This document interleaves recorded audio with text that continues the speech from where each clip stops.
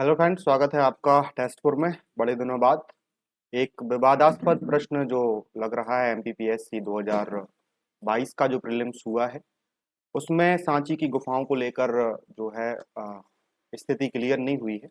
तो एक सोर्स मिला है जो मध्य प्रदेश हिंदी ग्रंथ अकेडमी का है। मुझे सोर्स मैं शेयर भी कर दूंगा। तो यहाँ पर जो है सांची के पास गुफाओं का विवरण दिया गया है और कहा गया है कि कानाखेड़ा और सांची गांवों की बनावट कुछ ऐसी है, उसके उत्तरी माथे पर कई छतदार गुफाएं बन गई हैं, है ना।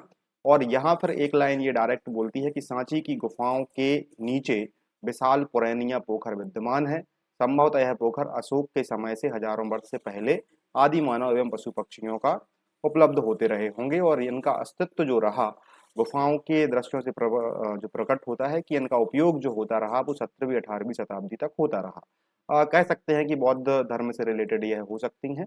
तो यहाँ पर जो 3 ऑप्शन दिए थे उसमें से सांची और बलसार जो था कंफ्यूज कर रहा था। तो बलसार बहुत जगह खोजने के बाद भी नहीं मिला, हो सकता है आपको किसी को मिल गया हो, मैं ये भी नहीं बोल सकता हूँ।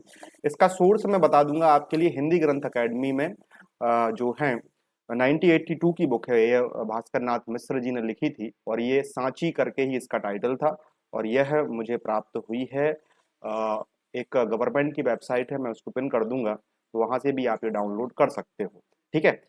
हालांकि अब ये जो है विवाद कितना इस पर जाता है, एमपीपीएससी क्या करती है पता नहीं, लेकिन अभी जो एमपीपीएससी ने इसका आंसर दिया है वो सांची दिया है, सॉरी बलसाड़ दिया है। तो मुझे लगता है कि बलसाड़ ही जो है उसमें बौद्ध गुफाएं नहीं हैं।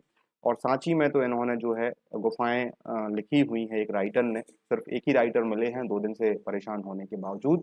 तो इसको लेकर के आपका डाउट हो सकता है कि क्लियर हो जाए। इस पर भी विवाद हो सकता है कि बौद्ध धर्म से संबंधित होती हूँ या ना हो, लेकिन यहाँ पे तो लिखा हुआ है कि बौद्ध त्रिपटकाचार्यों के लिए बिहार और अस्थि पूजा के लिए स्तूपों का निर्माण कराया गया था। लगभग 244 बुक की 244 पेज की एक किताब है और इसी से संदर्भ लेकर के कई सारे राइटर्स भी लिखते हैं। ठीक है।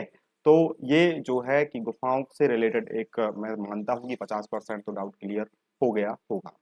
मिलते हैं किसी और लेक्चर में, कट ऑफ की चर्चा कर लेते हैं इसके बाद। तो कट ऑफ मुझे लगता है कि यूआर के लिए और ओबीसी की जो सीट्स देखते हैं तो यूआर की सीट्स लगभग 123 के आसपास हो गई हैं बढ़कर के।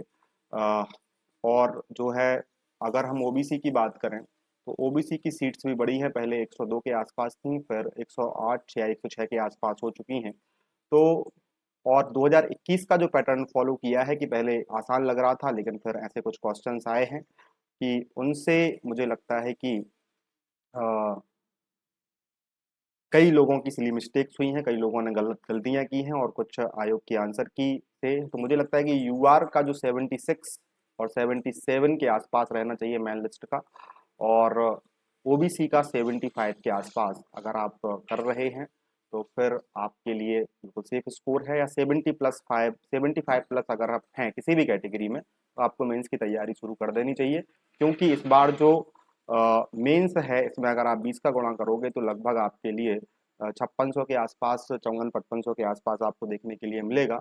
और समान अंक वाले भी लिए जाते हैं, तो ये ओबीसी और एससी के लिए रहेगा। और फिर दो दो कट ऑफ करके आप एससी और एसटी, मुझे लगता है कि एसटी का 68 के आसपास हो सकता है और एससी का 70 के आसपास हो सकता है। यह यूआर कैटेगरी, इसके लिए इनमें फीमेल रिजर्वेशन भी होता है तो अपने हिसाब से उसको भी आप बांट सकते हो। लेकिन जिसके 77 नंबर के आसपास हैं, 76 यूआर में आसपास है, तो वो निश्चित रूप से एमपीपीएससी मेंस की तैयारी पहले दिन से शुरू कर दीजिएगा। और हम कोशिश करेंगे कि एमपीपीएससी मेंस से रिलेटेड कुछ टॉपिक्स को हम कवर कर सकें। ठीक है, क्योंकि समय की कमी रहती है इसलिए हम उसको कंप्लीट नहीं कर पाते। मिलते हैं अगले लेक्चर में। धन्यवाद। जय हिंद, जय भारत।